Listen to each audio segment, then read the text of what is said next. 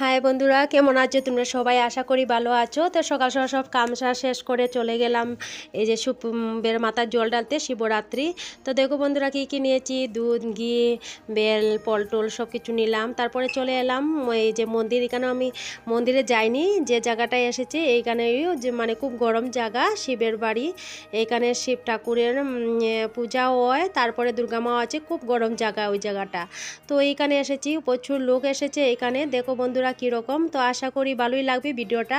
তো দেখো বন্ধুরা পলটুল শেষ হয়ে গেল, ঠাকুরমশাই এসে পূজা টুজা শেষ করে দিয়েছে। তো শিবের মাথায় জল ডাললাম। দেখো বন্ধুরা সব ভিডিওটা মানে আমি পুরা উঠালাম না, কেন প্রচুর লোক আছে তো, সবাই শিবের মাথায় জল ডালতে লাগে, তার জন্য এত ভিডিও উঠাতে পারলাম না, কিছু কিছুটা উঠালাম। তো দেখো বন্ধুরা কীরকম লাগছে, পলটুল দিলাম এই শিবের মাথায় জল ঢেলে। তারপরে দেখো বন্ধুরা এই দেখ কীরকম লাগছে, আশা করি ভালোই লাগবে। যদি ভালো লাগে লাইক কমেন্ট করবে। ওই যে বট গাছ, এই বট গাছটা খুব গরম জায়গাটা, জাগ্রত। এইখানে গিয়েও আবার মানে ধূপকাঠি মোমবাতি জ্বালালাম। তারপরে দেখো কত প্রচুর মানুষ, ওইখানে ঘুরলাম একটু ধূপকাঠি দিয়ে, চারোদিকে একবার ঘুরলাম। ঘুরে এসে প্রণাম করলাম শিব বাবাকে। তারপরে দেখো বন্ধুরা এই যে গাছটা যে আছে, ওই দিয়ে পূজা করলাম আমি।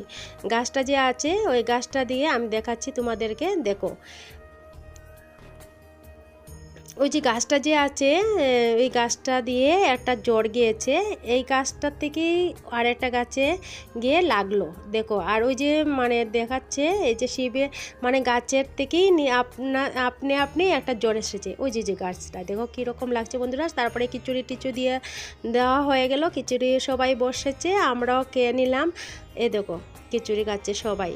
তো দেখো বন্ধুরা কীরকম লাগছে আমার ভিডিওটা। তো আশা করি ভালো লাগবে, যদি ভালো লাগে লাইক কমেন্ট করবে। Tata, bye bye.